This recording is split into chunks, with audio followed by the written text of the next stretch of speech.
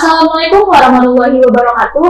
Bertemu lagi dengan saya Amanda di acara talk show Mutakin TV. Kali ini kedatangan tamu yang sangat luar biasa, yaitu Bapak Salman SPDI selaku Ketua Divisi Hukum KPU Purwakarta. Assalamualaikum Bapak. Waalaikumsalam warahmatullahi wabarakatuh. Gimana Bapak hari ini? Kabarnya baik? Alhamdulillah kabarnya baik.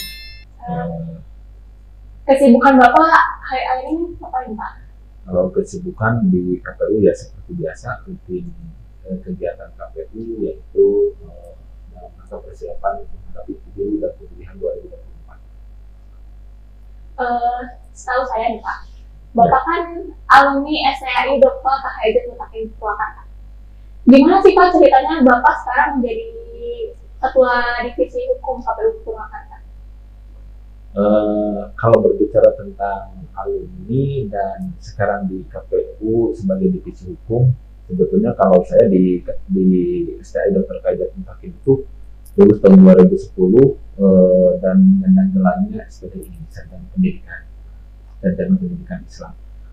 Namun ketika tahapan kepemiluan dari mulai pemilu 2000 pertama kayaknya pemilu 2008 saya aktif di KPU, dari operator, dan berikutnya 2012, 13, 14 jadi Panwascam, berikutnya lagi di tahun 2017 juga jadi Panwascam. Nah, ketika ada kesempatan menjadi pendaftaran seleksi untuk di KPU Kabupaten Purwakarta, saya ikutan dan alhamdulillah rezekinya mungkin saya terpilih menjadi salah satu komisioner KPU Kabupaten Purwakarta.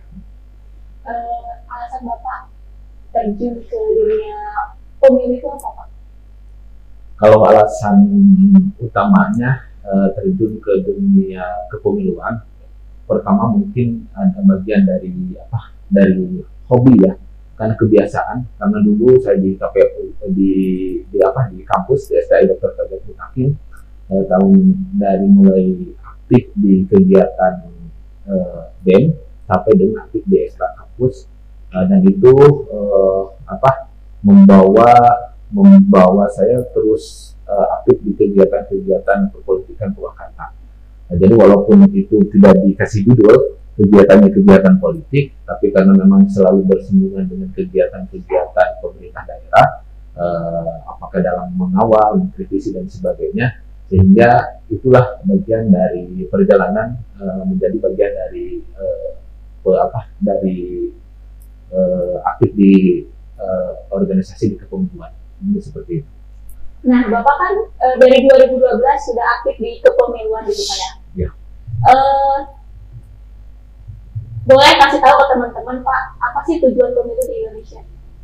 Kalau bicara tentang pemilu di Indonesia itu kan dari kata-katanya itu pemilu itu pemilihan umum. Nah, pemilihan umum. Jadi pemilihan umum itu adalah salah satu sarana masyarakat untuk memilih pemimpinnya. Nah, karena kan kalau misalkan di kita kan di Indonesia itu salah satu untuk menggantikan bergilirnya kekuasaan penguasa atau disebutnya kepemimpinan itu yang sah itu adalah melalui pemilu. Tapi harus dibedakan dulu. Kalau sekarang itu kan menghadapi pemilu 2024 itu ada dua kegiatan di tahun 2024 itu, sehingga disebutnya dengan tahun pemilu.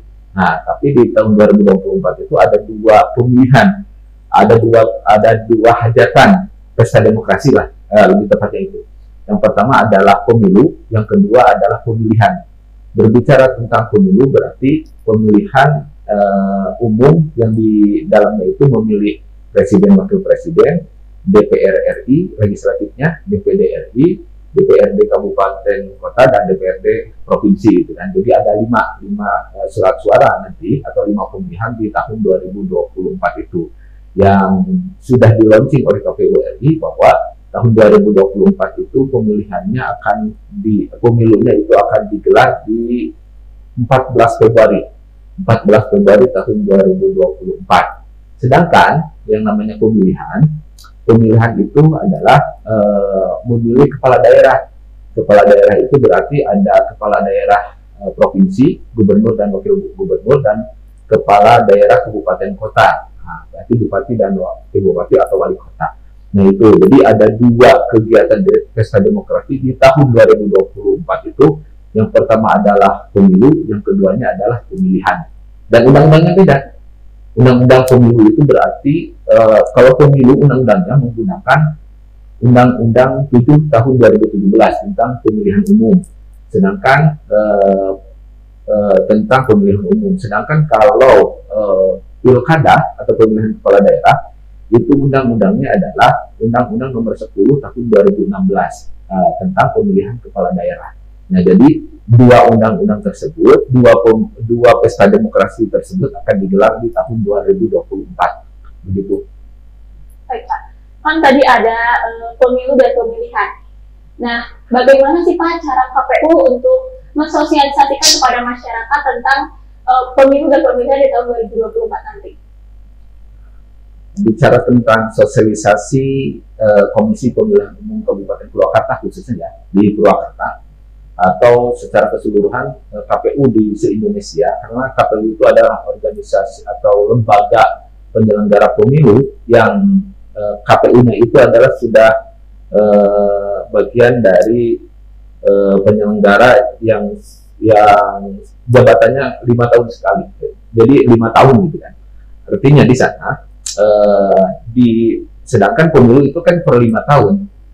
Seperti saya masa jabatannya diangkat tahun 2018, berakhir tahun 2023. Nah, pemilu itu terselenggara kemarin 2019. Setelah 2019 kan kosong. Tidak ada kegiatan pemilu ataupun pemilihan. Baru nanti tahun 2024 baru ada pemilu dan pemilihan. Nah, di kita ini sebetulnya KPU Kabupaten Kota se-Indonesia itu menyelenggarakan, menyampaikan juga sosialisasinya. Jadi ada yang disebut dengan sosialisasi berkelanjutan, ada yang disebut dengan kegiatannya itu daftar pemilih berkelanjutan terus ya, dan juga ada kegiatan-kegiatan yang lain. Jadi kegiatan pemilu sosialisasi KPU itu sebelum tahapan pemilu itu sudah diadakan sosialisasi yang berkelanjutan gitu. Adapun sosialisasi yang berhubungan sesuai dengan tahapan tahun 2024 itu akan dimulainya adalah mulai nanti ketika KPU launching startnya tahapan pemilu direncanakannya adalah 14 Juni tahun 2022. Jadi bulan ini akan diadakan launching atau diadakan launching start tahapan pemilu tahun 2024 dari mulai 14 Juni. Nanti tunggu saja informasinya dari KPU. Launching seperti apa Pak? Apa lewat media sosial ataukah langsung atau bagaimana? Biasanya seperti kemarin kita adakan nonton bersama launching hari pemilihan, tepatnya 14 Februari 2022 itu kan ada nonton bersama. Nah, itu dalam rangka launching hari pemilihan 14 Februari. Nah, nanti ketika launching start tahapan pemilu, biasanya kita menunggu instruksi dari KPU RI apakah memang nanti masing-masing kabupaten kota mengadakan kembali nonton bersama KPU RI launching tahapan pemilu. Biasanya memang seperti itu. Nanti ada instruksi dari KPU RI untuk bentuknya apakah itu launching mandiri atau memang launching kita mengikuti KPU RI seperti itu. Baik Pak, menurut Bapak faktor apa aja yang mempengaruhi keinginan seseorang untuk ikut serta dalam pemilu Pak?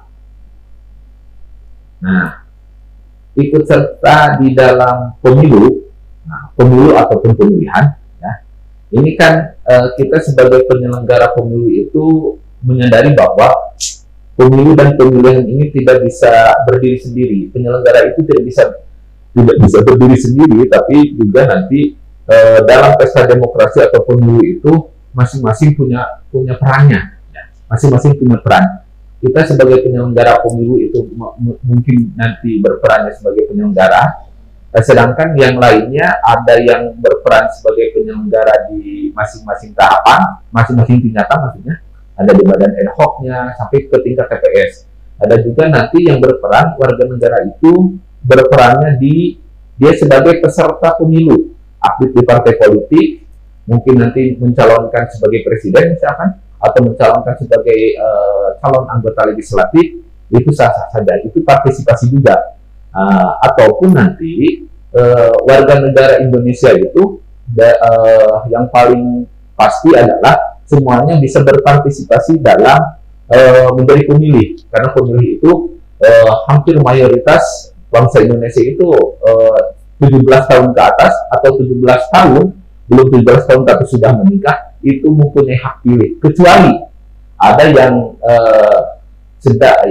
ada kelompok-kelompok yang memang walaupun usianya sudah 17 tahun tapi tidak mempunyai hak pilih.